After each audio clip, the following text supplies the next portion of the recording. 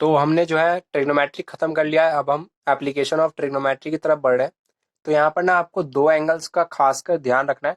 पहला है आपका एंगल ऑफ एलिवेशन एंड दूसरा है आपका एंगल एंगल ऑफ डिप्रेशन। तो यहाँ पर ना सबसे पहले एंगल ऑफ एलिवेशन की बात करेंगे। एंगल ऑफ एलिवेशन, तो यहाँ पर ना मैं एक ट्राइंगल ड्रॉ कर लेता हूँ। बहुत सारे बच्चों को पता भी होगा एंगल ऑफ एलिवेशन क्या होता है, बाकी जिन बच्चों को नहीं पता वो यहाँ पर से पता लगा सकते हैं। यहाँ पर मान लें कि आपका ना यहाँ पर एक बी पॉइंट है, ये आपका ए पॉइंट है एंड ये है आपका सी पॉइंट। यहाँ पर से अगर आपको बोला जाए कि आपको जो है यहाँ पर एंगल ऑफ एलिवेशन बताना है ए पॉइंट को देखने के लिए, तो यहाँ पर ना ये वाला जो एंगल होगा ना, आप यहाँ पर से अगर आप यहाँ पर है तो फिर यहाँ पर अपनी आप जो ये मुंडी उठाएंगे ऐसे करके ऊपर की तरफ ए की तरफ, तो जो एंगल ये बनेगा ना उसी एंगल को हम यहाँ पर एंगल ऑफ एलिवेशन कहते हैं।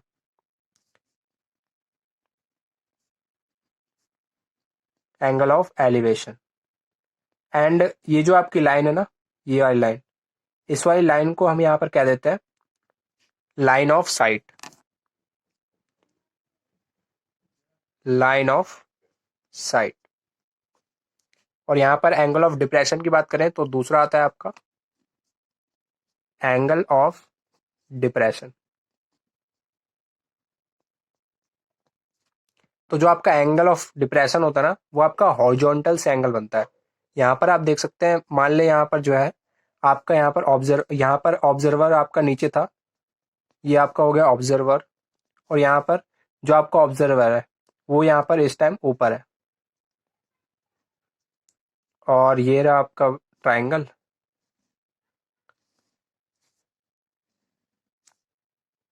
यहाँ पर आपका ऑब्जर्वर है और यहाँ पर से ये जो मान लो यहाँ पर जो है आपकी कार है, तो कार को मैं यहाँ पर बना देता हूँ। इस टाइप की आपकी कुछ कार है ये। और यहाँ पर ना आपका जो यहाँ पर ऑब्जर्वर है, इस वाले कार को देखने के लिए जो आपका एंगल ऑफ डिप्रेशन बनता है, जो यहाँ पर आपका एंगल बनेगा थीटा, उसी को बोलेंगे यहाँ पर एंगल ऑफ डिप्रेशन। ये वाला एंगल जो है आपका हॉरिजॉन्टल लाइन से बनता है, ठीक है। और यहाँ पर इस वाली लाइन को कहते हैं, इस वाली लाइन को line of site.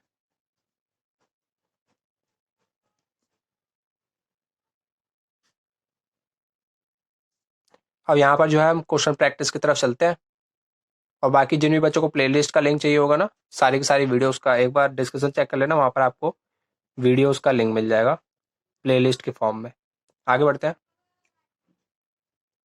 First question की तरफ बढ़ते हैं। फर्स्ट क्वेश्चन में ना आपको बोला गया the length of the shadow of a tower.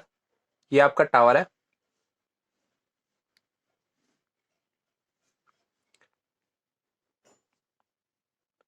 और यहाँ पर जो है इसकी जो शैडो बनती है, length of the shadow of a tower on the plane of ground. ये आपका ग्राउंड का प्लेन है।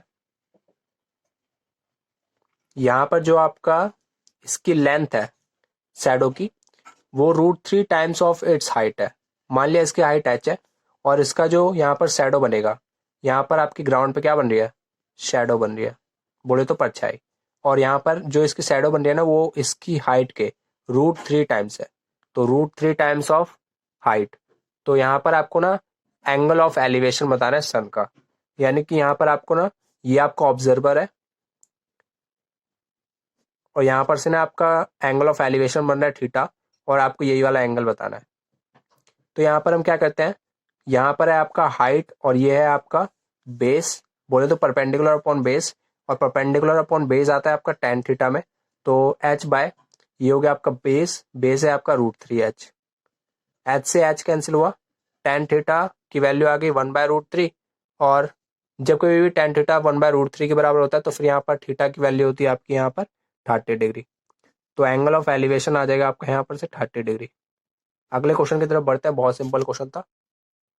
सेकंड क्वेश्चन में बोला गया the tops of the poles of a height 16 metre and 10 metre. यहाँ पर आपके पास दो पोल्स हैं, 16 मीटर का और 10 मीटर का, are connected by a wire of length L metres if the wire makes an angle of 30 degree with the horizontal. अब यहाँ पर आपको बोला क्या है, आपको इसकी लैंग्वेज पकड़नी होती है। इस वाले चैप्टर में अगर आपने लैंग्वेज पकड़ ली तो फिर आपका जो है क्वेश्चन बहुत ही आसानी से हो जाएगा। ये आपकी पहली वायर है जो आपकी है 10 मीटर की, और दूसरी वायर ले लेते हैं यहाँ पर 16 मीटर की। ये होगी आपके 16 मीटर की। अब आपको बोला गया ना कि ये जो है आपका ग्राउंड सरफेस है, और यहाँ पर आपको बोला गया है ना कि आपकी एक एल लेंथ की एक वायर है, ये है आपकी L metre, are connected by a length of L metres wire if the wire makes an angle of 30 degree. तो यहाँ पर आपको बोला है ना वायर जो है ना 30 डिग्री का एंगल बनाती है हॉरिजॉन्टल से।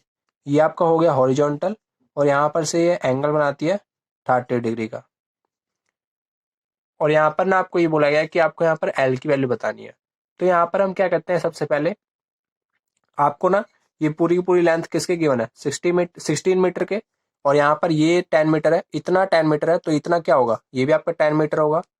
और ये जब आपका 10 मीटर हो गया तो ये क्या होगा, 16 माइनस 10 मीटर बोले तो 6 मीटर, तो इतनी लेंथ आ गई आपकी 6 मीटर।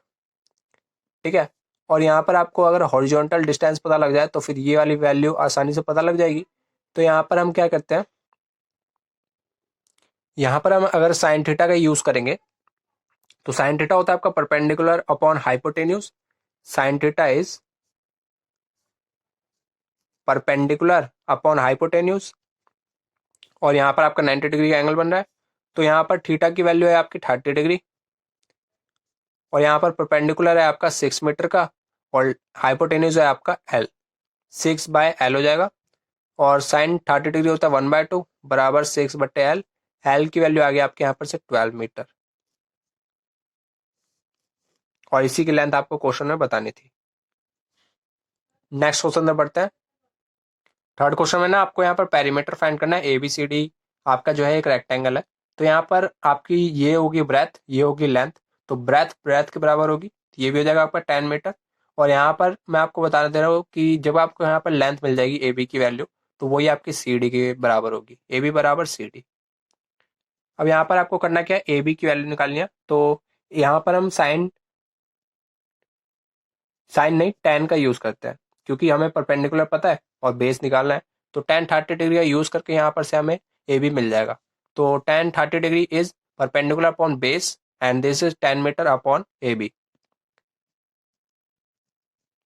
तो AB की वैल्यू के लिए आपको यहाँ पर से रिलेशन मिल जाएगा 10/tan 30 डिग्री, और जो होगा आपका 1/√3, और ये हो गया आपका tan√3।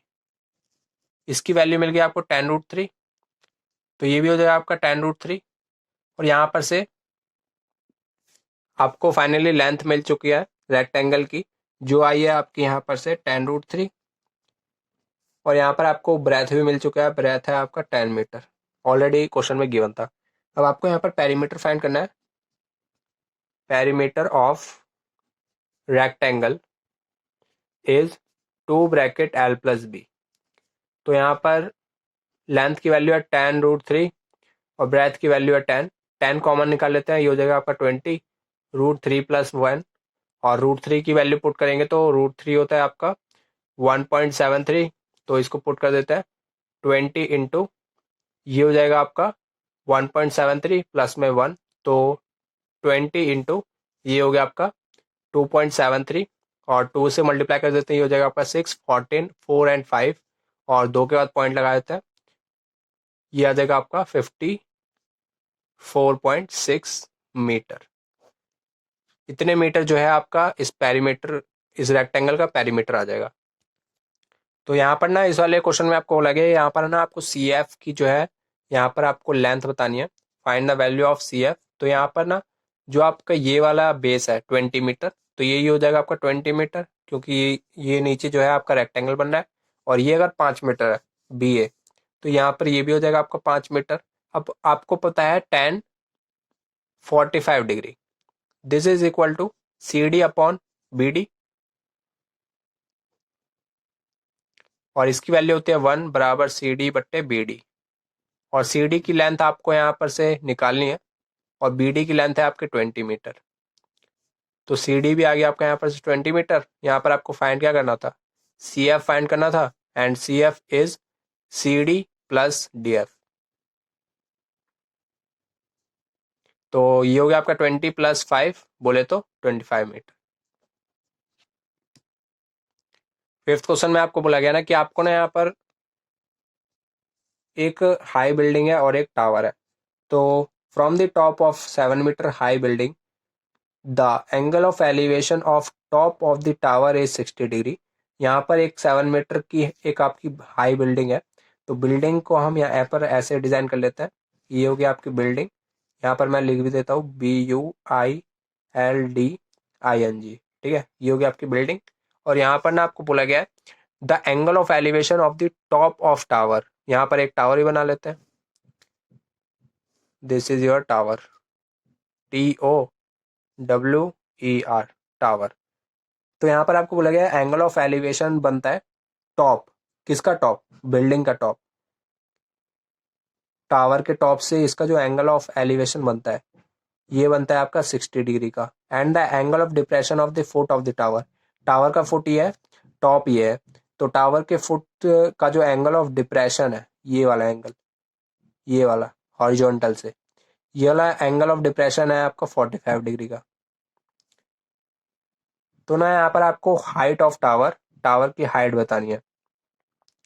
इसको मान लिया मैंने यहाँ पर एच मान लेता हूँ पूरी की पूरी हाइट को। अगर ये पूरा पूरा एच है, अगर इसको मैं मान लेता हूँ यहाँ पर, इतने हिस्से को मैं मान लेता हूँ यहाँ पर एक्स, तो ये हो जाएगा आपका इतना हिस्सा H-X, क्योंकि पूरा एच है, एच में से एक्स को माइनस करेंगे तो ये वाली लेंथ आ जाएगी, ये इतनी वाली लेंथ। तो यहाँ पर ना आपको आपको ये क्वेश्चन में पहले बोल देता है कि जो आपका 7 मीटर हाई बिल्डिंग है, बिल्डिंग की हाइट है आपकी 7 मीटर, तो एक्स की वैल्यू होगी आपकी 7 मीटर और इसकी वैल्यू होगी H-7। ठीक है, यहाँ पर आपको पूरी की पूरी इस टावर की हाइट बतानी है कि पूरी की पूरी हाइट कितनी होगी, एच की वैल्यू आपको यहाँ पर बतानी है। तो यहाँ पर ना आपको सबसे पहले इसका बेस निकालते हैं। बेस कैसे आएगा? tan 45 डिग्री से इस वाले ट्रायंगल में हम यूज करते हैं tan थीटा का। तो tan 45 degree is equal to perpendicular यानी कि ये वाला डिस्टेंस डिवाइड बाय ये वाला डिस्टेंस। तो परपेंडिकुलर है आपका यहाँ पर से x, तो x बट्टे बेस है आपका यहाँ पर, बेस को मैं कुछ यहाँ पर नाम देता हूँ, बेस को दे दिया मैंने यहाँ पर y। ठीक है, ये लेंथ होगी आपकी y, x बट्टे y। अब tan 45 डिग्री की वैल्यू 1 होती है, तो x y के बराबर आ जाएगा। y की लेंथ कितनी आ जाएगी? 7 मीटर, क्योंकि x कितना था? x था आपका 7 मीटर। अब आपको y मिल गया 7 मीटर, ये लेंथ मिल गई आपको 7 मीटर, 7 मीटर। अब आपको ना यहाँ पर किसकी लेंथ फाइंड करनी है? यहाँ पर आपको h की लेंथ फाइंड करनी है। तो यहाँ पर अब हम tan 60 डिग्री का यूज करते हैं इस वाले ट्रायंगल में। tan 60 degree this is equal to perpendicular बोले तो ये वाली लेंथ कितनी है? H-x। और बेस है आपका ये वाला बेस y है, तो y की वैल्यू आई है 7 मीटर। अब फॉर्मूले का खेल है, tan 60 डिग्री की जिस बच्चे को वैल्यू आती हो कि वो यहाँ पर पुट करके आंसर निकाल लेगा। इसकी वैल्यू होती है 1/√3, सॉरी, और ये हो गया आपका H-x बट्टे में 7, और 7 की इधर मल्टीप्लाई कर देते हैं 7√3 बराबर में H-x की वैल्यू है 7। तो h की वैल्यू आ गई आपकी 7√3 + 7। तो एक बार मैं इसको ढंग से लिख देता हूँ। हाइट की वैल्यू आ गई आपकी 7√3 + 1। तो ये आपका जो है यहाँ पर फाइनली आंसर होगा। यहाँ पर आपको हाइट की वैल्यू निकालनी थी, हाइट की वैल्यू आ गई आपकी 7√3 + 1। यूनिट लिखना मत भूलना, इसकी यूनिट आएगी मीटर में, क्योंकि हाइट है, हाइट आपकी आएगी मीटर में। 6 क्वेश्चन में आपको बोला गया कि ना आपको यहाँ पर टावर की लेंथ गिवन है, 50 मीटर हाई है, एक आपका टावर है, ये है आपका 50 मीटर हाई है। When the sun altitude is 45 degree, जब सन का जो एल्टीट्यूड है वो यहाँ पर 45 डिग्री का है, then what will be the length of the shadow. आपको यहाँ पर शैडो की लेंथ बतानी है। ये है आपका यहाँ पर से टावर, और यहाँ पर ये बनेगी इसकी शैडो, और यहाँ पर आपको इसी की लेंथ बतानी है। तो इसकी लेंथ हो जाएगी यहाँ पर लेंथ ऑफ शैडो